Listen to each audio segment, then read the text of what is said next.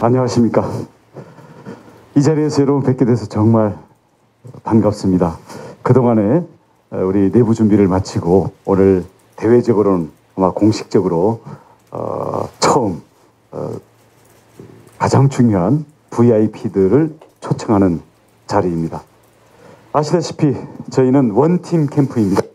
정권 교체를 위해서도 원팀, 우리 경선 과정에서도 원팀을 만들기 위해서 저희가 앞장서고 제가 거기에서 모든 것을 바쳐서 뛸 겁니다.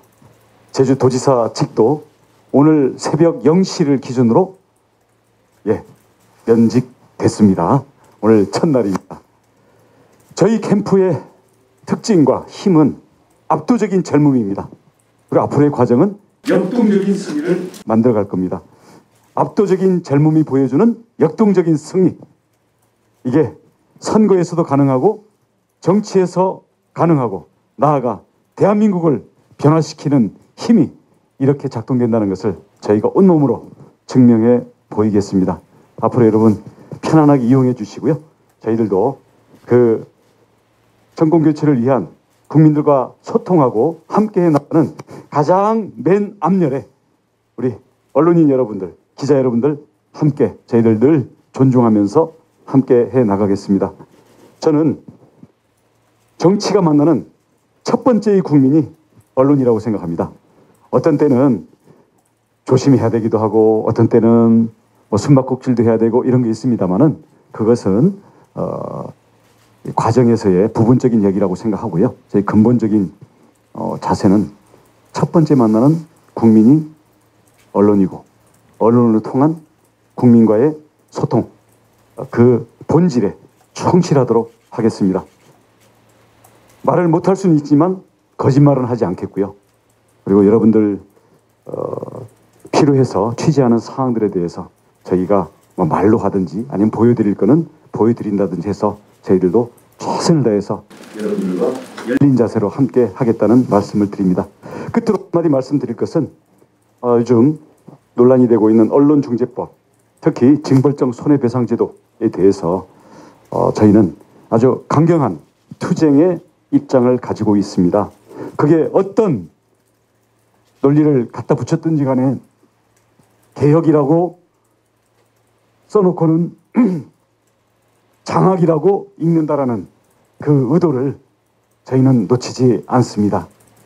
어떤 경우에도 징벌을 앞세워서 스스로 위축되게끔 하는 자기 검열을 강제하는 언론정책, 이것은 과거로 후퇴하는 것입니다.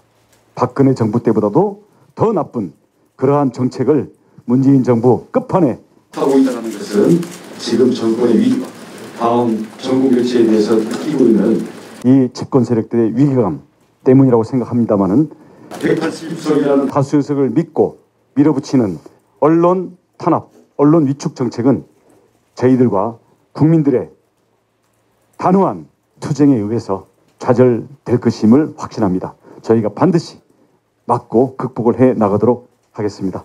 앞으로 여러분 자주 뵙겠습니다. 고맙습니다. 저희 캠프가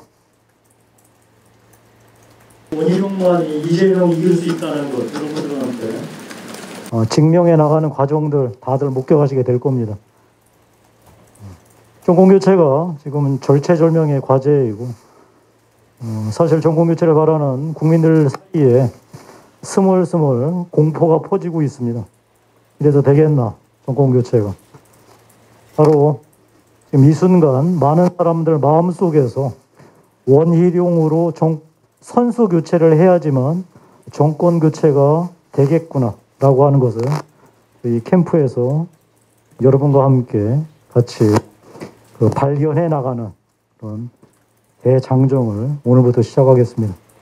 마지막으로 다시 한번 말씀드리지만 솔직하게 짧게 그리고 기사되게 여러분들 잘 모시겠습니다. 잘 부탁드립니다. 저희 원희룡 원팀 캠프의 식구들을 좀 소개 올리는 그런 시간을 가져보도록 하겠습니다. 자, 우선 여러분들 잘 아시죠? 신보라 전 국회의원 저희 원팀 캠프의 수석 대변인으로 저희가 모시게 됐습니다. 자, 박수 쳐주시면 감사하겠습니다. 오늘도 많이 수고하셨습니다. 예, 감사드리고요. 자, 자, 다음으로 또 대변인단 소개해 올리겠습니다. 지금 서울 양천을의 당협위원장을 하고 계시는 손용택 위원장을 새로운 대변인으로 모셨습니다. 네, 감사합니다. 자, 그리고 이번엔 저 젊은 변호사 한 분 또 저희 새로운 대변인으로 모셨는데요. 강전의 변호사를 소개해 올리겠습니다.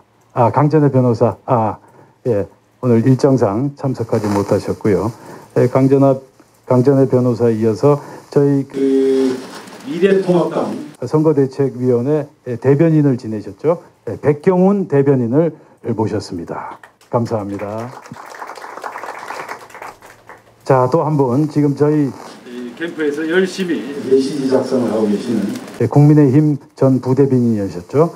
박기영 대변인을 소개해 올리겠습니다. 네. 그리고 마지막으로 과거 바른정당 1기 청년 대변인을 맡으셨죠. 박민현 대변인 새로 모셨습니다. 그리고 일정 관계상 오늘 참석은 못하셨는데요.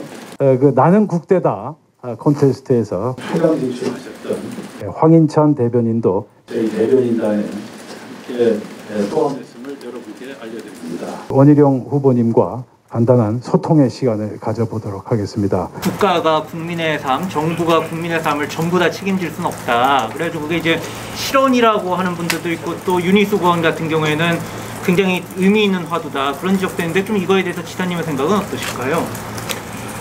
저희의 국가 비전과 정책의 출발점은 국가가 해야 할 일과 국가가 하지 말아야 할 일을 분명히 구분하는 것에서부터 시작을 합니다. 국가가 해야 할 일은 이미 출발선에서의 격차 그리고 시장 경쟁에서의 격차 때문에 재도전의 기회와 미래의 희망을 잃고 너무나 힘들어하는 국민들에게 부모 찬스 또는 자기 집단의 기득권 찬스가 아니라 국가 찬스를 통해서 격차를 해소하고 미래의 희망을 주어야 되겠다. 그래서 국가가 해야 될 일들에 대해서는 과감하고 적극적으로 해야 된다고 생각합니다. 그게 저희가 국가 찬스로 지금 국민들께 제시하고 있는 점들이고요. 또 한편으로는 국가가 하지 말아야 할 일, 예를 들어서 정부가 시장을 이긴다라는 현실에 맞지도 않는 그런 자기 생각에 빠져서 부동산 정책을 25번씩 또는 현실에 맞지도 않는 무책임한 코로나 방역 정책에서 거리두기 25번씩이나 연장을 하는 이러한 국가의 무능하고 무책임한 간섭과 책임 전가 이런 점들에 대해서는 하지 말아야 된다는 것이죠. 대신에 개인과 민간과 기업에서의 창의와 역동적인 혁신 의지를 살려서 우리나라가 갖고 있는 잠재력을 최대한 키울 수 있도록 하는 그런 점에서는 국가가 하지 말아야 되는 거죠. 그래서 어저께 말씀하신 그 내용은 결국 국민의 삶을 생활을 누가 책임질 것이냐, 국민이냐 국가냐 이렇게 이분법적으로 접근하게 되면 사실 국가가 해야 될 일, 국가가 하지 말아야 될 일, 그리고 국민이 자율적으로 해야 될 일, 국민이 국가에 당연히 요구해야 될 권리 이런 부분들이 뒤죽박죽되기 때문에 그런 점에서는 매우 좀 미흡한 그러한 의견이었다고 생각을 합니다. 어제 그 논쟁이 허망하게 짝이 없고 철 지났어요. 작은 정부, 큰 정부론 논쟁 자체가 사실 무의미한 세상이 됐습니다. 원희룡 후보는 큰 정부, 작은 정부가 아니라 현명한 정부, 스마트 정부가 원희룡 후보의 이 국정, 원희룡 정부의 모습입니다. 후보께서 말씀하신 대로 할 일과 하지 않아야 할 일을 분명하게 나누는 원희룡 정부. 원희룡 정부는 할 일은 반드시 하고요. 하지 말아야 할 일 하지 마는. 그래서 최대한 국민들의 삶을 지켜나가면서 국가의 30년 미래 목표를 만드는 일에 앞장설 겁니다. 어제 그 정준이 월권에 대해서도 한번 좀 정보를 하셨는데요. 근데 지금 당 대표랑 좀 후보 사이, 캠프 사이에 좀 설전이 또 원내에서 좀 우려가 크게 제기가 되고 있습니다. 그래서 오히려 경선 후보들에 대한 관심이 좀 당대표랑 뭐 두 후보의 갈등에만 좀 몰리면서 이게 경선의 흥행이라든지 아니면 이게 다른 후보들에 대한 관심이 상대적으로 좀 덜 받게 되는 거 아니냐라는 좀 걱정스러운 말도 있는데요. 경선 참여하시는 입장에서 당대표와 두 후보 간의 좀 갈등이라든지 이런 설전에 대해서 좀 어떻게 보고 계시는지 궁금합니다. 사파 싸움 하다가 큰일을 그르칠 수 있다라는 위기의식을 느낍니다. 우선 우리 윤석열 총장 측에서 대표 또 지도부에 대해서 선을 넘는 발언과 공격을 하고 있는 점에 대해서 저희는 매우 유감스럽게 생각을 합니다. 한편 이준석 대표를 비롯한 당 지도부도 경선준비위원회와 후보 진영의 소통 부족 그리고 의견 수렴의 부족 이런 것들이 분명히 있음에도 불구하고 일방적이고 월권적으로 권한 밖의 사항들을 이미 발표된 것처럼 발표하면서 기정사실화로 밀고 나간다든지 이런 오해를 사고 있기 때문에 이것은 당 지도부의 신뢰와 권위를 위해서도 매우 바람직하지 않다. 그러니까 그런 점에서 우리 이준석 당대표를 비롯한 당 지도부는 권한을 제대로 갖고 있는 최고위원회에서의 충분한 논의를 통해서 이것을 깨끗하게 정리를 해주기 바라고요. 그 과정에서는 민주정당은 활발한 소통 그리고 내가 윗사람이다 너는 밑에 사람이니까 따라와라 이런 일방적인 독주가 아니라 서로 진솔하고도 서로를 존중하는 수평적이고 민주적인 리더십에 의해서 이러한 상황들을 정리를 해나가야 된다라고 생각을 합니다. 우리 당을 과거 두 번의 집권에도 불구하고 정치적인 국민의 심판과 이 상황까지 오게 된 것은 개파 싸움과 1인 독주였습니다. 그 지긋지긋한 과거의 그 끝도 없는 나락으로 우리는 기억도 되살리기 싫습니다. 개파 싸움과 1인 독주 그러한 그림자라도 어른거리는 것에 대해서는 우리는 그게 후보든 당 지도부든 저희는 그 부분에 대해서 비판하고 싸워나갈 것입니다.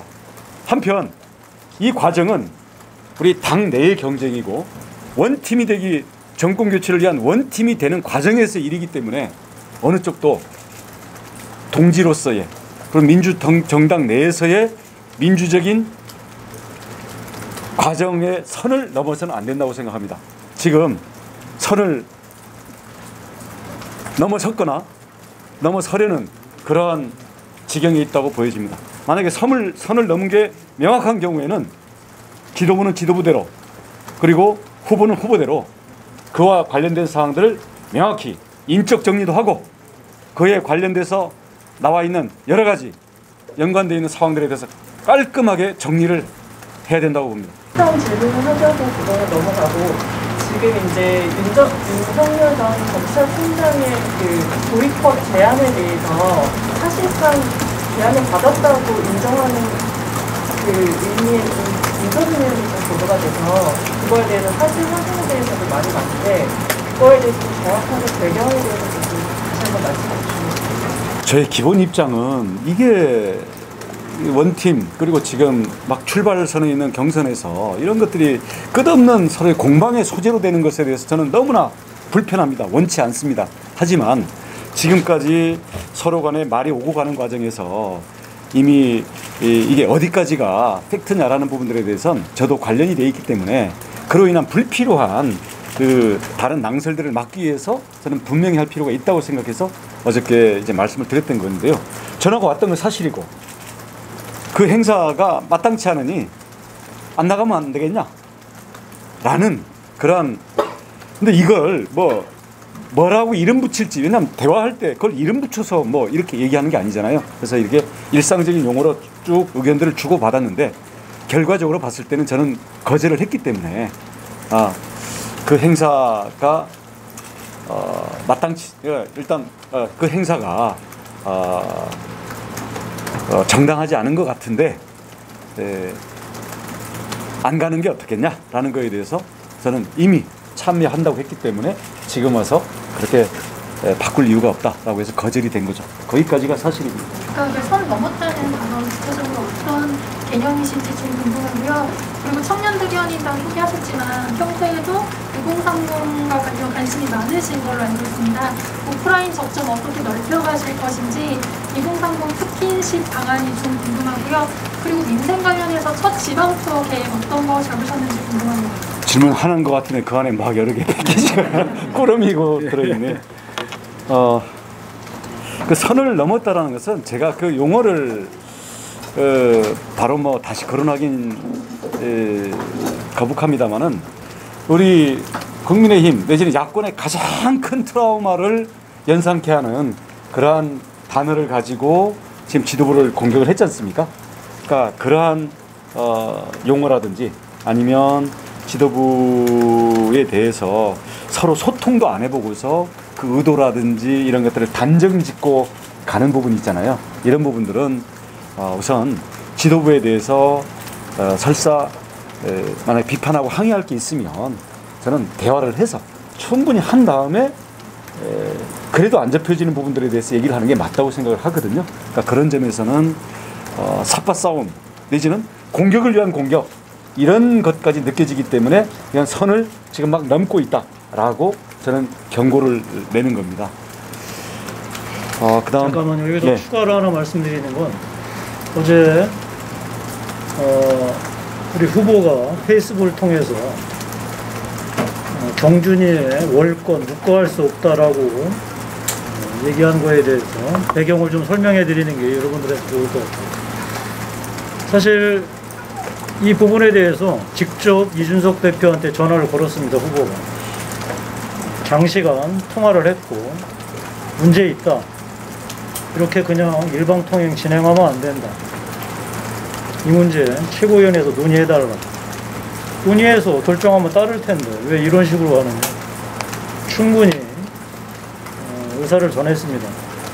네, 이후에 바로 경준이가 일방적으로 확정된 것이냐 발표를 했기 때문에 거기서는 어쩔 수 없이 그러한 못 갈 수 없다는 입장을 냈다는 거 여러분 알아주셨으면 좋겠습니다. 자, 또 질문. 아니 아까 말씀하세요. 이 청년들과의 접점이나 이런 부분들은 제가 뭐 일일이 얘기하기보다는 우리 캠프에는 청년 멤버들이 매우 많습니다.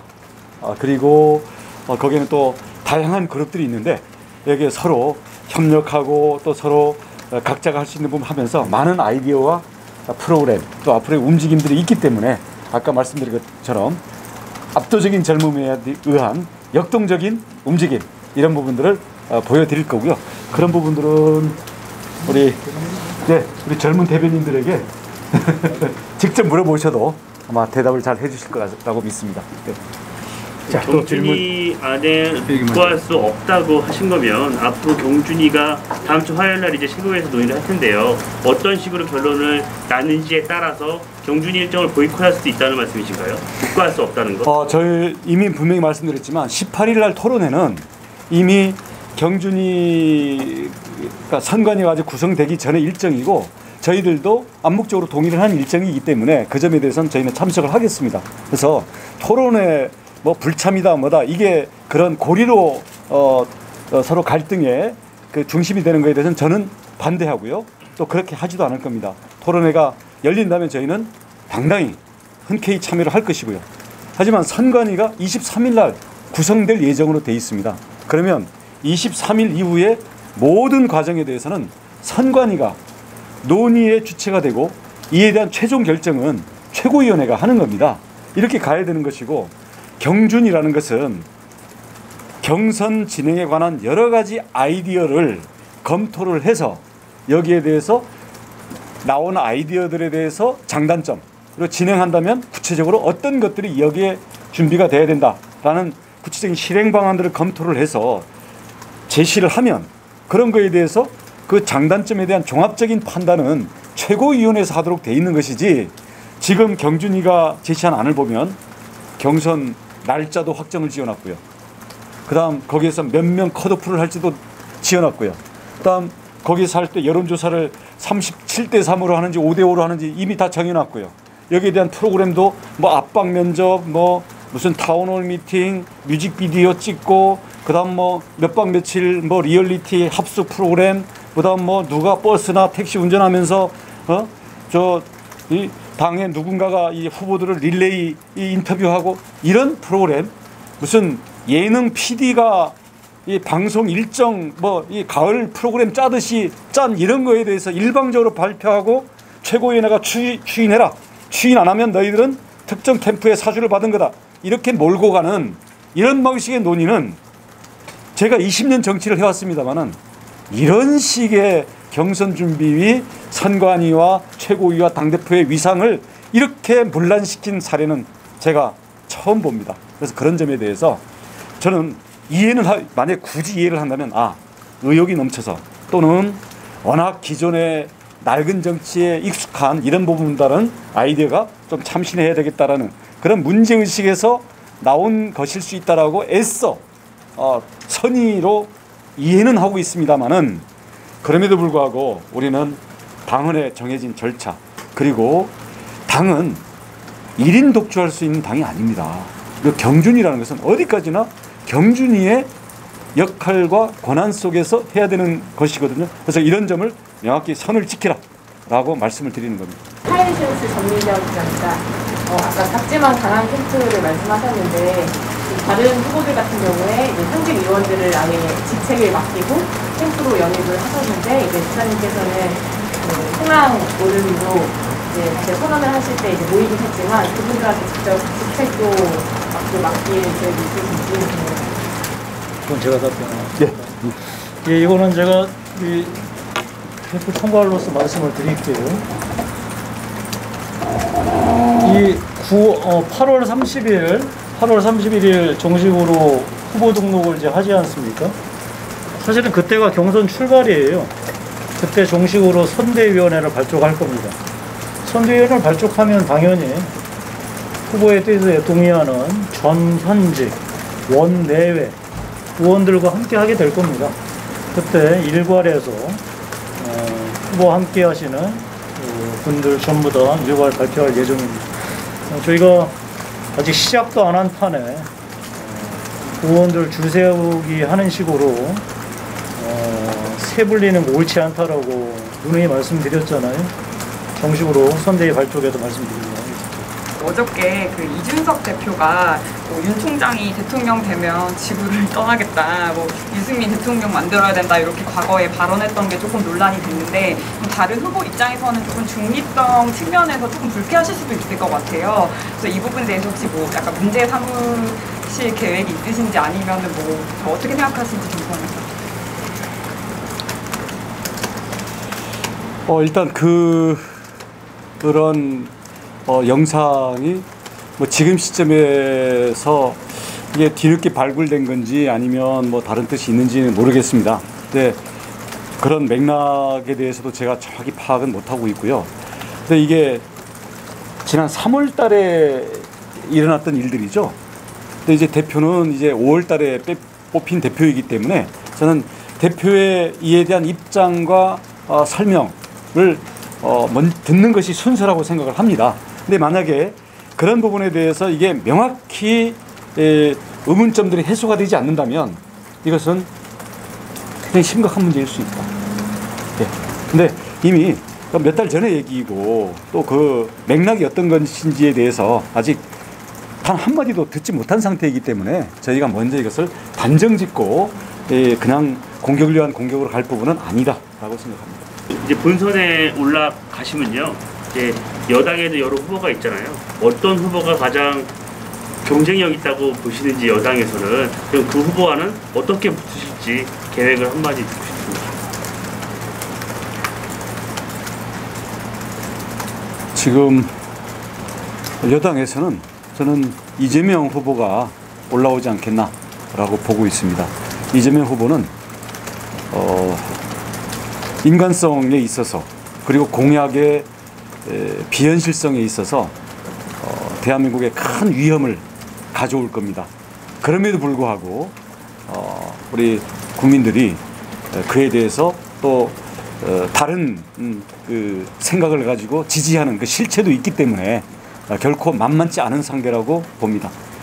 결국 본선에서 이재명 지사와 저와 대결을 하게 되면 국정 운영의 구체적인 비전과 계획 그리고 그것을 실행해 나갈 수 있는 정치 경험과 행정 경험, 마스크가 좀 삐뚤어졌다. 예, 이런 점이 강렬하게 대비가 될 텐데요.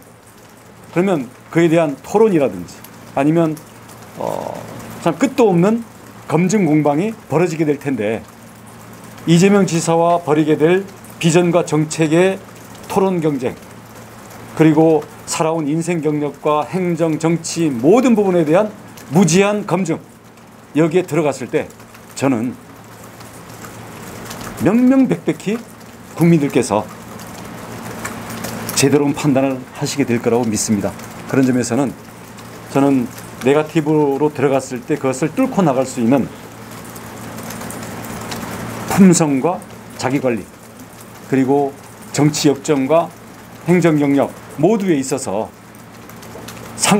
저는 문제가 될 흠집이 없다고 할 수 있습니다. 물론 제 입으로 얘기하는 건 그렇습니다만은 그런 국민들께 제가 자신 있게 말씀을 드릴 수가 있고요. 저는 국회의원 3선, 도지사 재선 하는 과정에서 늘 민주당과 쉽지 않은 싸움을 벌였지만 한 번도 진 적이 없습니다. 그리고 늘 50% 이상의 과반수 득표율로 민주당에 이긴 바가 있습니다. 그래서 민주당과의 본선 경쟁력에 대해서는 아마 여러분들 찬찬히 곰곰이 들여다보시면 원희룡 밖에 없다라는 것을 아시게 될 거고요. 제가 증명해 보이겠습니다. 한마디로 조금 정리하면 후명이지만 대룡이 될 겁니다. 어차피 후보는 뭐 이재명이 되겠지만 대통령은 원희룡이 될 거라고 저희 확신하고 그거 하여튼 증명해 보이겠습니다. 첫 지방 일정 혹시 계획하신 거 지방 일정하고요. 그리고 국가 찬스 공약으로 1525 이제 부동산이랑 교육 발표하셨는데 3호 공약 혹시 뭐 준비하시는 테마나 주제가 있으신지? 네, 지방 일정은 이번 주말에 대구 경북을 가게 됩니다. 그래서 지금 일정을 이제 그 조율하고 있는, 그러니까 실무적으로 조율하고 있는 중에 있어서 그렇게 될 거고요. 다음 국가 찬스에 따른 그 다음 이제 후속 공약은 저희가 지금 주택, 그다음 교육 했는데 일자리 또는 보육, 복지 이쪽으로 이제 가게 되는데 저희가 그 과정에서 어느 것을 산모로 할지에 대해서는 지금 최종 마무리 과정이 있기 때문에 제가 그 정도만 말씀을 드리고 스포일러는 좀 자제하도록 하겠습니다. 여론조사마다 다르긴 한데 지금 지지율이 최근에 반등한 것도 있고 아직 검토된 조사도 있어서 후보님께서는 지지율 어떻게 보고 계신지 그리고 반등시킬 만한 어떤 유언 같은 걸 뭐 저희 그 지지율 같은 하나의 추세가 우리 캠프의 활동에 뭐 참고가 되기 때문에 분석하는 결과를 저는 뭐 큰 흐름만 보고 있습니다만은 그 결과는 예를 들어서 자동응답으로 하느냐 면접응답으로 하느냐 또 그 역선택이 들어올 수 있는 뭐 그런 때의 조사냐 이거에 따라 가지고 들쑥날쑥하는 것 같아요. 그래서 저는 그 수치 자체는 어떤 그 틀의 여론조사에 따라서 다르기 때문에 그런 점에 대해서는 앞으로 저절로 그건 해결돼 나갈 거라고 생각하고요.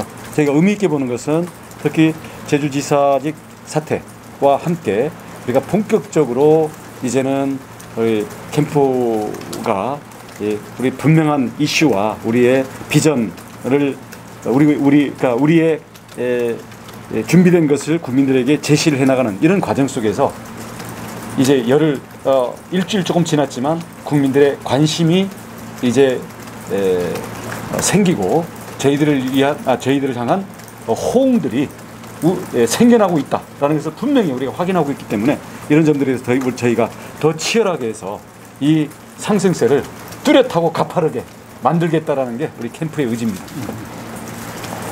자, 자, 어떻게 이만하면 되겠습니까? 아니, 한 분 더 손들. 한두 분 더 하시겠어요? 어떻게 하시겠어요? 하나만 더. 예, 그러시죠. 네, 대의대한 정동훈 기자입니다. 예. 아까 이제 뭐 전혀 흠집이 없다라고 하셨어요. 예, 최근 이제 선거의 추세가 또 후보 개인이 뛰는 게 아니라 거의 가족 총력전 이런 양상으로 하고 있고, 가족들은 든든한 원군이기도 하지만 또 리스크로 작용하고 있는 후보들도 있는데, 지사님께서는 이 선거전에 있어서 가족의 역할을 좀 어떻게 보시는지, 뭐 등판 활용이라고 하긴 뭐하지만 등판이나 그렇게 된다고 하면 좀 어떻습니까? 예. 저는 뭐 명리학을 믿는 사람은 아닙니다만은 저는 불하고 나무만 있다 그래요. 그래서 보완을 받아야 되는데 제 아내가 흙과 물을 많이 갖고 있고 우리 김용태 총장께서 쇠를 많이 갖고 있는 것 같아서 이제 완전체가 저와 제 아내와 캠프가 합쳐짐으로써 완전체로 합체가 됩니다. 저희의 전략 병기는 저만 보면 원희룡 뭐 이래서 이렇게 하는데, 그것을 전략적으로 보완할 전략 무기들이 이미 다 장전되어 있다, 이렇게 보시면 되겠습니다.